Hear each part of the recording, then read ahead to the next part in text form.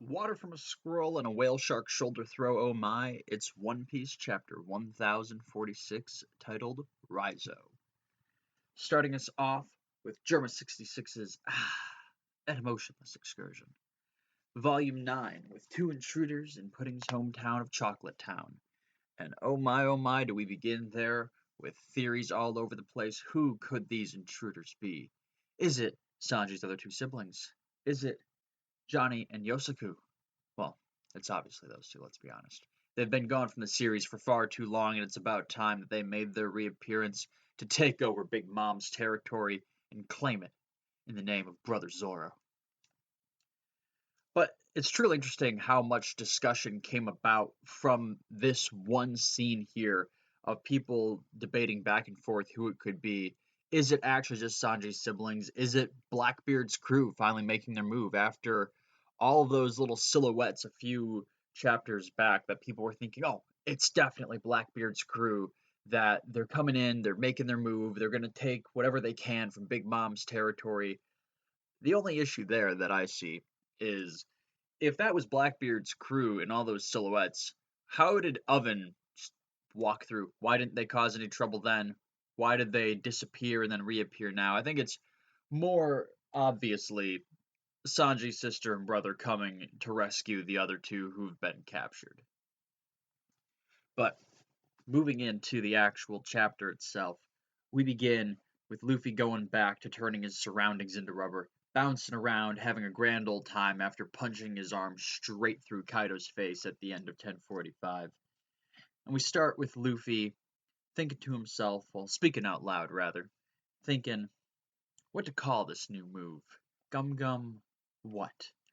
Now, when I first read this, I was just thinking that this was Luffy kind of pondering to himself, new move, new name for it. And I was thinking, oh, that's great, We've never seen Luffy just kind of sit there and come up with a name, but as someone else had pointed out, it's more than likely that he's saying this out loud to Kaido and just kind of poking fun at him a little bit. This is Luffy going toe to toe with the King of the Beasts, Kaido, one of the four emperors, and Luffy just put his hand straight through the guy's face. He's having fun with it. It's like we saw at the end of last chapter. He's having a blast. And now he's just kind of making conversation with Kaido as he's laying there on the ground. And Kaido asks him just one question. Who are you? And as we cut away to Zunisha, we can see her thoughts. How long it's been since I heard this rhythm, the sound of the drums of liberation beating. Joy boy, oh joy boy, it's as though you're right there. My heart is dancing. I cannot help but feel that fate is at work. I cannot help but put my hopes in him. And Luffy gives Kaido his answer. I'm Monkey D. Luffy, the man who will surpass you and become king of the pirates. It's exactly what we needed as an answer. When I was reading through it in the scans originally, I was worried that this was going to be Luffy hearing Zunisha speaking and just kind of copying what he heard. Whenever Zunisha was saying, Joy Boy, hey Joy Boy, in the scans, that Luffy was going to say, Joy Boy, but say it out loud, as though it were his answer to Kaido's question. And while I would have loved to have seen the look on Kaido's face if Luffy answered by saying he was Joy Boy, this is the preferred route. Luffy is Luffy. End of the day, that's all that matters. Yeah, his voice was fading. Yes, Joy Boy has returned. But at the end of the day, Monkey D. Luffy is Monkey D. Luffy. Sure, his devil fruit goes by a different name now, but he's the same lovable goofball that we've been following for over 1,000 chapters at this point. And Kaido is just as happy to hear it as we are. He says that he's relieved to hear that Luffy's still got sass, and he goes into his explanation of what awakening is, saying that it's what happens when your mind and body catch up to your powers, and those powers of Luffy's are certainly ridiculous. Kaido talks about all that he's lost at this point in the battle, all he's built up, his followers, his castle, but reminds Luffy what he's at risk of losing himself, that he's still got men and women down below fighting for him. But Luffy says there's still something he's got to take back from Kaido, and they launch into a full-on flurry of attacks back and forth at each other. Kaido with his Kandali Dragon Swarm, Luffy with his Habula Buggy the Boost as he's taken them.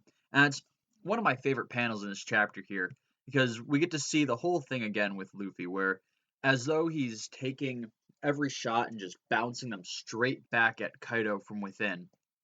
We see each hit of the Kanabo leaving the spiky imprints on Luffy's body, but then as Luffy launches back with the punches, we see them all indenting through Kaido as Luffy turns Kaido's body to rubber once again. And after their attacks, Luffy goes back into his coughing fit. This time, though, not from losing his will to go on, not from turning back away from Gear 5th, but the smoke floating up from down below as it begins to choke both him and Kaido. And Kaido remarks, the battle's burning everything below them, the entire castle going up in flames, and thousands of Luffy's men trapped down there too, and that they're all going to burn to death. But Luffy's not one to let that happen. He even says he left everyone down there in charge. As always, Luffy's putting his faith in his friends and his allies, all the samurai of Wano, the other Straw Hats, the Red Scabbards, everyone that he's fought with this whole time. He knows what they're capable of, and he is ready for them to take charge and rescue themselves. He's there to fight Kaido. Everyone else is there to save themselves.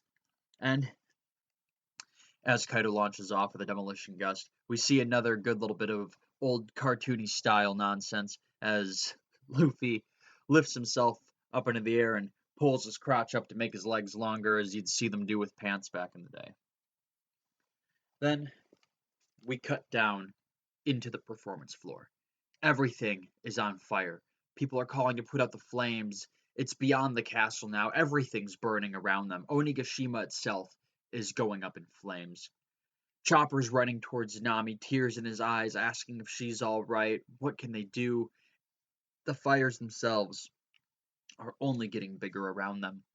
They don't know where Zoro or Sanji are. They don't know where Frankie, Usopp, Robin, Brook, Jimbei, nobody. It's just them there.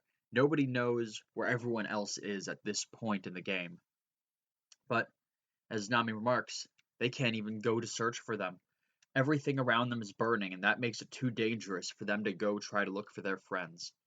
And, in what seems like it might be a bit of foreshadowing, they remark, unless this island lands on the ground again, there's no escape. And as we'll see later in the chapter, we know that it's up to Momo at this point to keep it afloat. But we'll see, surely enough, that it's going to make its way back down at some point here. And Chopper asks Zeus if he can make it rain, but Zeus remarks that the fire's so hot that it'll give him burns if he were to even try. We start cutting around the castle to the basement, the first floor, as we see different characters dealing with the flames in their own ways, and our good old golden boy Beppo can't take the heat. He has to resort to being carried by the other members of the Heart Pirates, who were talking about how he's such a handful, but it really is hot. And as we cut away from them, they call out for Law to give them help. We jump to a different part of the basement now, with Robin and Brook meeting up with a bunch of the samurai, and them remarking, oh, you poor guy, we're so sorry, we have no words, thinking that surely this is no way this is a living skeleton. This is a man who all of his flesh has been burnt off, but his will to live is carrying him on. And Brook, oh, excuse me, I may be a corpse, but I am not charred. If only there was a way for them all to escape, but as Robin says, there might not be. This could be the end for them. We jump now to the pleasure hall, the left brain tower. Sanji is attempting to lead all of the geishas out, but the entire garden in front of them is gone. The island's been crumbling, losing size to the fact that we're really at just Kaido's castle and the giant sword outside at this point. All the landmass that there was when the island first began to float, it's just straight up disappeared at this point. It's been crumbling and falling down this entire time. We hop back down to the basement to see Apu and Inbi dealing with the flames in their own ways, and the setup of what might as well be the second greatest and final fight of Wano. As we see Apu and Inbi, who might as well be getting ready just to completely duke it out with each other. Imi's attempting to push through a wall and burning his hand in the process, and Apu's just kind of getting mad and yelling at him, saying, "You gotta break down the wall or we're gonna die. Do you want a working arm or do you want to live?" And Imi takes a little bit of a issue with this, and speaking in the most eloquent manner as he can, "Imi?" And Apu's yelling at him, saying that, what's that size good for if you won't use it, you moron? And the most well-worded response there is, "Ibi, Ibi?" And as Apu says, "Oh yeah, you want to fight?" We cut away, but I'm sure we'll see that this is going to be the new 20 chapter long fight between the two of them right there, or Imbi's just going to step on him and crush his skull. No major loss at that point. Let's be honest. But we're in a different part of the basement now, with Usopp and Hamlet trying to get away from the flames themselves. Usopp acting in his own manner with a special attack, Green Star Sprinkler, that immediately shrivels up and dies in the flames. And Hamlet says, "It's a drop in the bucket, and we need a lot more than a bucket." And Usopp's not having this. He's yelling at Hamlet to shut up. He made his promise to Izo. He's got to get everyone out. He's got to save Kin and Kiku. He's got to save himself. They got to get out of there. And Hamlet, "Were you going to include my name in that list too, Master?" But Usopp's got his own way of doing things, and we know that it's going to work out in the end. Over to the right brain tower now. Frankie's running through, Zoro over his shoulder as everyone around him's shouting, "Help us, bro, we're all gonna burn, we're all gonna die." And Frankie's saying, "You keep whining like that and I'll show you a burn." He's making his way, he's got to get Zoro to Chopper. He even says Zoro's life is in danger. And then we cut up to the 4th floor. And here is where our saving grace for it happens. Victor of the best fight in all of Wano, Raizo's here to save the day with Jinbei lending just the most minute amount of assistance. It's Raizo's show. We're just watching it. Let's be honest.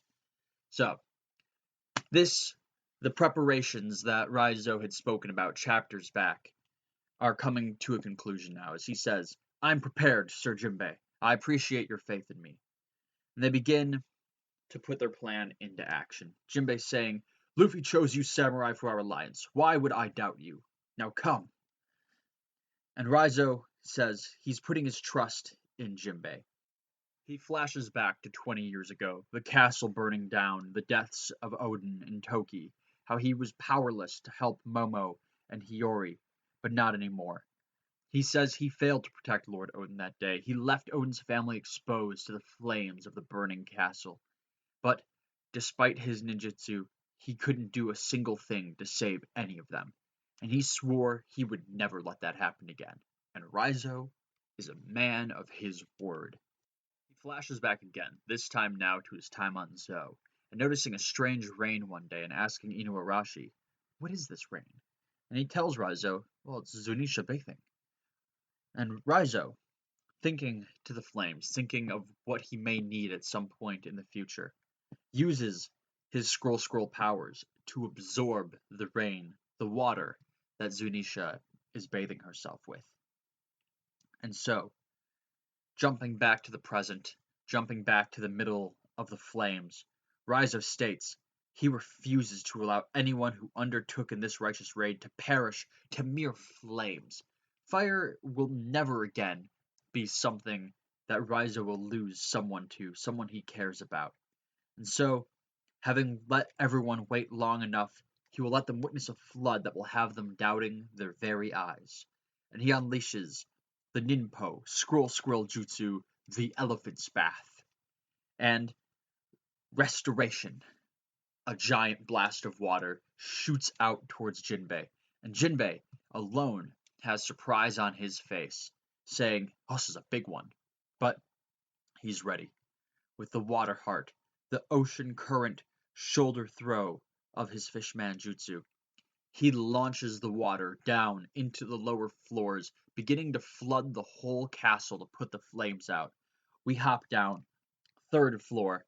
BB's facing off against the flames himself, not understanding how any of this could have possibly started before him and the other gifters are hit with the water. And then it crushes down.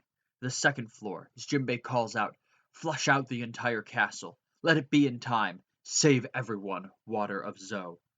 Down now to the first floor, as Killer is being carried off by the other members of the Kid Pirates, with them still going about, mocking his laugh in a means of trying to feel better. The fwa fwa fwa. But there's no escape. The flames, it's all too much. And then they say, hmm, it's really rumbling. It's water. We're saved, as the water floods down across them, sweeping them up in its manner.